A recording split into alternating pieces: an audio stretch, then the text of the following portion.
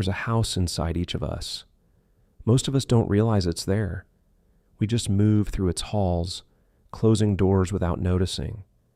Each room holds a piece of who we've been, a memory, a feeling, a version of ourselves that once needed space to exist. Some rooms are bright. We visit them often. Others, we've sealed shut. We locked them quietly, sometimes decades ago when the feelings inside were too heavy to face. That's what emotional repression really is. Not an act of forgetting, but an act of storage. We don't lose the feelings. We just hide them where we think they can't hurt us. But the truth is, they don't disappear. They wait.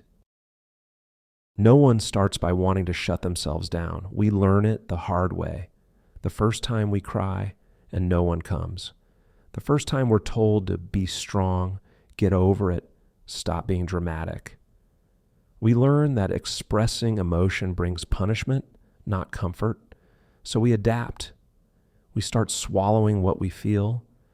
The sadness goes into one room, the anger into another, the fear that one gets buried deepest. And each time we lock a door, we tell ourselves it's for survival. We don't realize we're walling off our own humanity. Eventually, you forget what's behind the doors, you decorate the hallway, keep it clean, bright, impressive.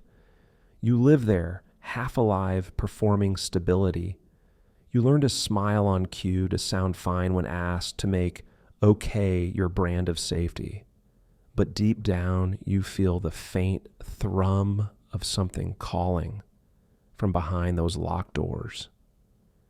You distract yourself with work, relationships, scrolling, achievement, anything that keeps you from standing still long enough to hear it, because if you listen too closely, you might remember what's in there. And remembering feels dangerous. We think locking away our pain keeps us in control, but control is just the illusion we build around fear.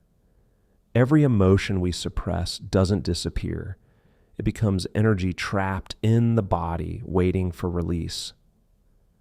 That's why some people live tense without knowing why. That's why you cry over small things or feel sudden anger that seems disproportionate. The doors we lock don't stay quiet forever. Suppressed emotion leaks through tone, through fatigue, through our choices. We date people who feel familiar, not because they're right for us, but because they echo the chaos we've buried.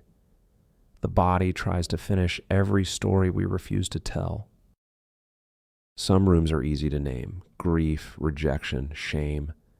Others are subtle, rooms built out of silence. There's the room of things you never said, the apology you never received, the love you never felt safe enough to ask for, the version of yourself you left behind to keep the peace. Each one still exists inside you, unchanged by time. They don't want revenge. They just want acknowledgement. Emotions don't disappear when ignored. They freeze. Healing isn't about forcing them out. It's about thawing them gently enough that they can move again. At first, repression feels like strength. You handle everything, stay composed, keep functioning, but there's a hidden cost: numbness. You can't selectively shut down. When you block pain, you block joy too. You can't feel alive in one direction. That's the real price of emotional self-protection. Safety that costs you connection. People will say you seem unbothered, mature, even admirable.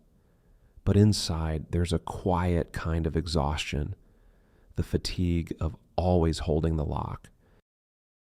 Eventually, life finds a way to test your structure. A breakup, a loss, a failure you didn't plan for. And suddenly, the walls you built to contain everything start to crack. At first, you panic. You think you're falling apart. But this is what healing actually looks like. The house finally breathing again. The cracks aren't the end of you. They're the start of release. Every tear, every breakdown, every moment you can't explain, that's pressure leaving your system. It's the rooms inside you asking to be seen. Opening those doors isn't an act of courage as much as it is an act of honesty. You don't barge in, you knock, you start with small things, naming feelings, allowing tears, saying, "I'm not okay," without apology. Self-compassion is what unlocks the latch. It tells your body that it's finally safe to feel, that no matter what's inside, you won't abandon yourself again.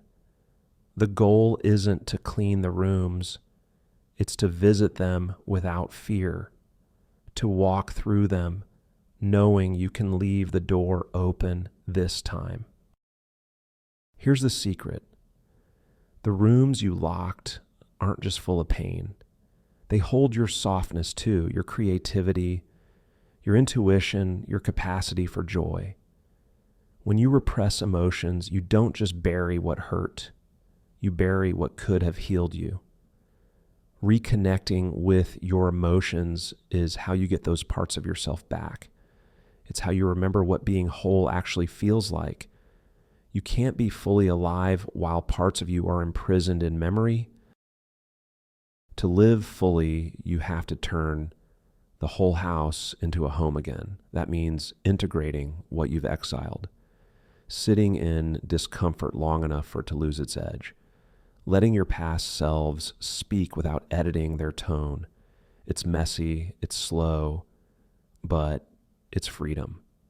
Wholeness doesn't come from adding new things. It comes from reclaiming what you abandoned.